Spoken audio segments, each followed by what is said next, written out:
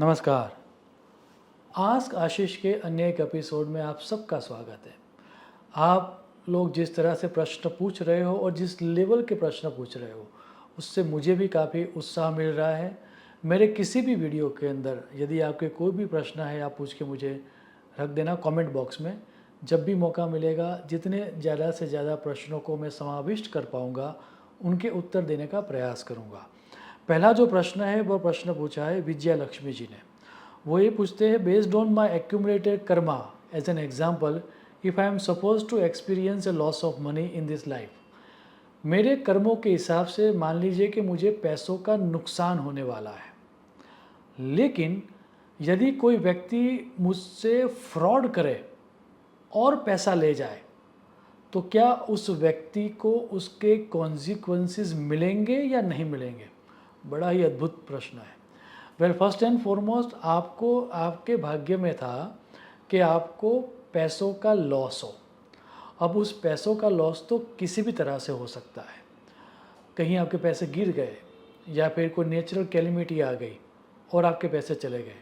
लेकिन यदि किसी व्यक्ति ने डेलिब्रेटली आपको फ्रॉड करके पैसे लिए हैं, तो ऑफकोर्स उस व्यक्ति को उस फ्रॉड का, अशुभ कर्म का या पाप कर्म का फल मिलेगा और उसके कॉन्सिक्वेंसेस उसको भुगतने ही पड़ेंगे।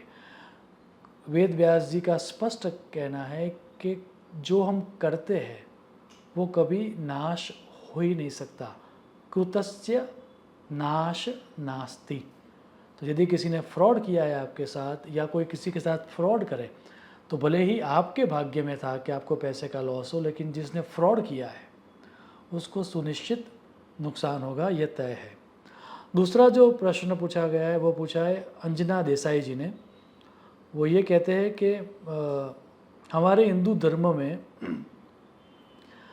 जब भी किसी की कोई मृत्यु होती है, तो उसकी मृत्यु के बाद जो घर के लोग हैं वह लोग रिचुअल्स करते हैं। लेकिन मैं अमेरिका में हूँ, तो यहाँ पर तो कोई रिचुअल्स होती ही नहीं है फ्यूनरल के अलावा। तो ये मेरा सवाल है कि कोई रिचुअल ना होने के बाद आत्मा को सद्गति मिलती है या नहीं मिलती? वेल, आत्मा को जो सद्गति मिलती है या जो भी गति मिलती है, वह उस व्यक्ति के खुद के कर्मों के कारण मिलती है। हाँ, श्राद्ध को कर्म सुनिश्चित कहा गया है और श्राद्ध कर्म करने से वो जहाँ भी जा रहा है वहाँ पर जाने में उसको बल मिलेगा। लेकिन यदि कोई व्यक्ति के कर्म ही इतने खराब है और उसका नरक में जाना या किसी अन्य योनि में जाना तय है, तो आप चाहे ही कितने श्राद्ध कर्म क्यों ना कर लो, आपके श्राद्ध कर्म का रिजल्ट उसको नहीं मिल सकता। दो बातें शास्त्रों में कही गई। पहली, क्या मरने के बाद कोई विधि विधान करना चाहिए? तो शास्त्र स्पष्ट कहता है और उसके बारे में सभी विद्वान एक मत होकर बात करते हैं कि मृत्यु के बाद जीव कुछ समय के लिए, क्योंकि उसका पास्ट एसोसिएशन है हम सब के साथ, तो हमारे आसपास ही होता है। तो जब तक वो कॉर्ड कट नहीं हुए हैं, तब तक आप जो भी कर्म करोगे उनके शुभ इंटेंशन के लिए, तो डेफिनेटली उनको उसमें बल मिलेगा।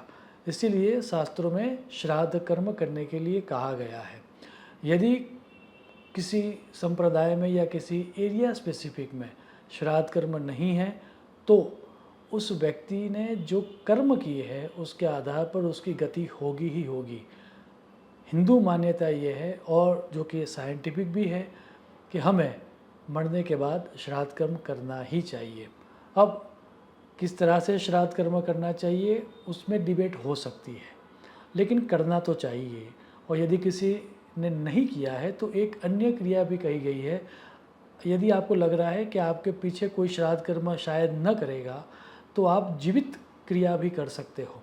सन्यासी लोग जब सन्यास लेते हैं तो उससे पहले जब वो जिंदा है तभी खुद का श्राद्ध करते हैं। वैसे ही जब कोई व्यक्ति जीवित है तो वह व्यक्ति भी अपना जीवित श्राद्ध कर सकता है, ऐसा भी कुछ कुछ ग्रंथों में कहा गया है। हालांकि ये मेरा कोर सब्जेक्ट नहीं है, तो मैं चाहूँगा कि इसके बारे में यदि आपको जानना हो ज़्यादा, तो कोई कर्मकांड के विद्वान को आप पूछना, वो आपको योग्य मार्गदर्शन दे पाएगा। मेरी जो लिमिटेड रिसर्च है और जो मेरी लघुमति है, उसके आधार पर मुझे लग रहा है कि श्राद्ध कर्म करना ही चाहिए, और यदि वो पॉसिबल नहीं है तो उसके अन्य तरीके भी हैं। तीसरा और आखिरी प्रश्न जो है वो विवेक जी ने पूछा है। वो ये पूछते हैं कि न्यूबॉर्न का जन्म जब होता है तब उनके अक्षर निकाले जाते हैं, क्या वही सेम नाम से पूरी ज़िंदगी निकालनी चाहिए या नाम बदल भी सकते हो? वेल, मेरा एक वीडियो है जिसका नाम ही ऐसा है दैट नेम राशि और जन्म राशि। सो जन्म की राशि और नाम की राशि अलग अलग हो सकती है। अब कौन सी राशि की इफ़ेक्ट आप पर होगी, वह देखने के लिए आपको किसी विद्वान एस्ट्रोलॉजर को पूछना चाहिए। लेकिन हाँ, कोई व्यक्ति चाहे तो जन्म का जो उसका नाम है, और यदि उसको पसंद नहीं है तो वो अपना नया नाम भी रख सकता है। दोनों राशि की कुछ पॉजिटिव और दोनों राशि की कुछ नेगेटिव इफ़ेक्ट उसके ऊपर होगी। किस राशि की इफ़ेक्ट ज़्यादा होगी और किस राशि की इफ़ेक्ट कम होगी, वो आपकी कुंडली देखने के बाद ही कहा जा सकता है। तो आप किसी विद्वान एस्ट्रोलॉजर से पूछना कि यदि आपका नाम राशि और आपकी जन्म राशि अलग है तो किसकी प्रधानता ज़्यादा है। मुझे आशा है कि इस प्रश्नों के उत्तर से आपको समाधान मिल पाएगा। आप सभी के प्रश्नों का मुझे इंतज़ार रहेगा। शुभम भवतु। प्रणाम।